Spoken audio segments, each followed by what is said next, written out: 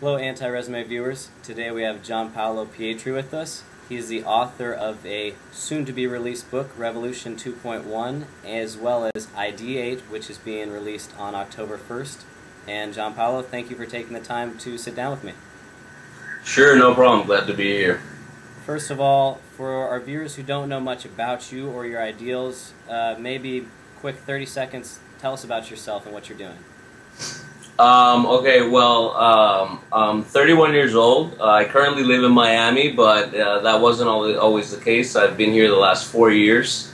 Before that, I did my master's in architecture in St. Louis. I did a one-year stint studying architecture in Helsinki, my undergrad in Boston, and I went to a boarding school in Pennsylvania. So I've been moving around quite a bit over the last decade or so. I'm an architect turned blogger who blogs about a lot of the things that I was doing in my design work and kind of translated some of the ideas I used in designing buildings into designing lifestyles and making that connection between the ways that people should live in terms of, you know, kind of literally thinking about those things, taking that and transitioning into certain things that we can do and certain actions that we can take to make our lives better and to enable us to do the things that we want to do. Now, obviously networking when you're in a faraway land is kind of a little bit different than networking in your own town when you're trying to get a job. How could you equate those two things and say, you know, it's not that different, you should do X, Y, Z, and you could network 100 times better and meet the right people you need to meet for your industry, with taking those principles from, you know, meeting people in your personal travels? Just be yourself. Always just be yourself. And not like you're kind of toned down, I'm in a formal setting self, which is still you, but be the real you, you know, bare bones, let it all out, and people will respect you for it no matter what, no matter where you are, no matter who you're talking to. Even corporate bosses. I mean, I've been in interviews with bosses for architecture firms with 100 people in them, or, you know, I would talk to them, you know, not 100%, but pretty similarly than I would to somebody that I met at a restaurant one night. Just be authentic. That is the key to everything. Okay. And then kind of looking at one of the other pillars you set up with Revolution 2.1, you talk about entrepreneurship. Now, for those who don't want to you know, do something too out there, like, you know, start a website or a brand new business or whatnot, how could you say you can still be an entrepreneur in your job search? Here's how. Try this. You know, I was actually, I've been meaning to write a post and make a video about this too, because I have a very specific idea about this. You know, for example, I was talking to somebody the other day about entrepreneurship, and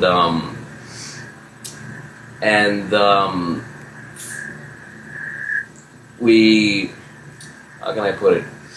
She basically was saying, like, well, if you haven't started a company, or, you know, let's say she's like, well, you know, what companies have you started? And you're like, well, I started this and this company. Well, how much money is that company making? Well, it's not really making that much now. Maybe it's making, you know, 10, 20 grand a year, but, you know, I'm working on, oh, well, you're not really an entrepreneur. And I couldn't disagree more with that, you know, because entrepreneurship, it's not about how many companies you start or how much money you make through developing companies. You know, entrepreneurship, at the end of the day, is about ideas. And it's about having them and taking them to action. So if you're working on an idea, whatever the idea may be, maybe you're working on an idea within a corporation that you're working for, but you're being innovative. And entrepreneurship itself, I forgot the actual definition, but I have it written in the book. It comes from a French word, and it means to innovate. So if you're innovating, whether it's within a company or not, you're being an entrepreneur. I think people have a too strict a definition of what that word means. and you kind of brought up innovation.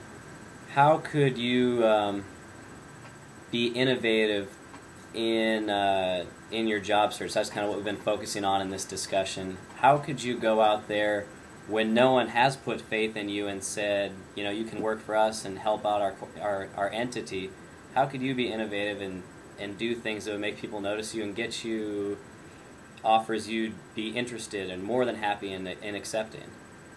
It's a good question.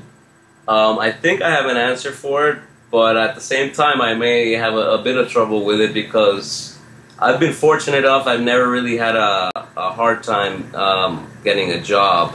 I'll tell you a little story, actually. And I'm kind of like, you know, I'm letting it all hang out here. This is a little bit under on the DL, I guess, so to speak. But for example, when I first came to Miami, I had a job with a firm, a big firm. I had a great salary, and I was still living with the girlfriend that I had met in Finland. But she had to return to Finland because her visa ran out. And after a couple of months, she was trying to get a visa to come back, and she was having some difficulty. And things started to go a little bit south. But I knew that I was committed to trying to make the relationship work. So I literally went from, you know, on a Friday afternoon, from being in a design meeting, talking about a presentation that we had on Monday, to going back to my desk, packing up my things, going to the Miami airport and purchasing a ticket to Finland. And then I ended up being there 5 or 6 days, and you know, it actually didn't turn out well. It was kind of an interesting story in and of itself. But by the time I got back to Miami on a Monday morning at 6 a.m. And that afternoon at 5 p.m. I already had an interview at another firm that was smaller, more boutique. The design was a little more elegant. Went to the interview, got the job, and ended up getting paid more money. So the operation didn't even end up skipping a beat. I was working 3 days later at a new place, making more money than I was previously. So even though it didn't turn out the way I wanted to, it was worth every penny, you know, in multiple ways. And I think the reason I was able to get that job is because, you know, you're just always thinking outside the box. You send out, and you know, you never know which email is going to be the one that hits. You never know what phone call is going to be that one that hits. I mean, you have to be guerrilla about it, almost, to use a revolutionary term. You know, make the phone call, send the email to whoever, whatever. And always be authentic when you do it, and always show up. You know, they always say that, you know, 50% of life is showing up, and you'd be surprised at the results you'll get just by showing up, just by making the call. And show up in person. Go to the place. Go to the place you've always dreamed of working. Show up there and leave your resume, and then call back the next day. Call back the day after that. Be persistent. I have a friend who applied to Georgetown, and he got rejected the first time that he applied, and so he wrote a letter urging them to reconsider. I think he ended up writing 10 letters, and they all got rejected. And then the 11th letter, he ended up getting accepted. He went to Georgetown. He lived his dream, you know, which was to go to Georgetown. Just never stop pursuing the dream. It'll come for sure, always. And talking about you know, educational institutions, you went to grad school in St. Louis. You've mentioned. Yeah. Washington University in St. Louis. At Washington University in St. Louis. Yeah. Fantastic. And you went obviously with architecture in mind. Am I right? Yeah. Okay, so you had a definite focus. What is your advice for people who are thinking, I'm not sure if I'm ready to enter the workforce, and having a master's degree in business, an MBA, or a different program could be helpful? Do you think that that's worthwhile, or do you think without a clear goal, as in, for you, I want to be an architect, I need my master's, without that clear end goal in mind, do you think you're wasting time and money?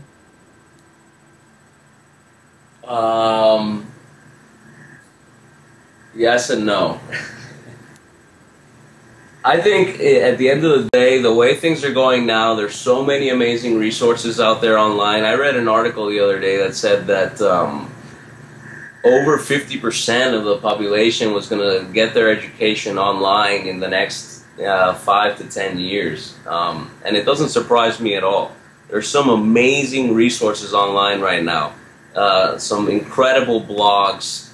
There's some blogs that I've learned more from them in the last 6 months than I did from a lot of the courses I took in college. People that are you know, taking action, taking matters into their own hands, being entrepreneurial, taking their ideas, putting them into action, and then they take their story and they put it on their blogs, which is what I'm trying to do as well. There's a lot to be learned from those types of things. So if you're not really sure what you're doing, you may want to take the time to explore, because frankly, being hundreds of thousands of dollars in debt just doesn't make sense in any kind of way. Fantastic. Take the time. I would say take the time, travel around if you can.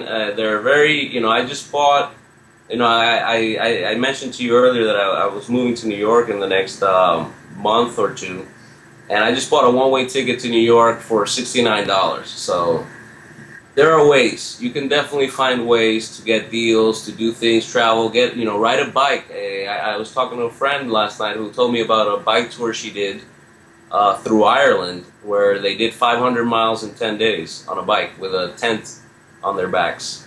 You know, I mean, whatever it takes.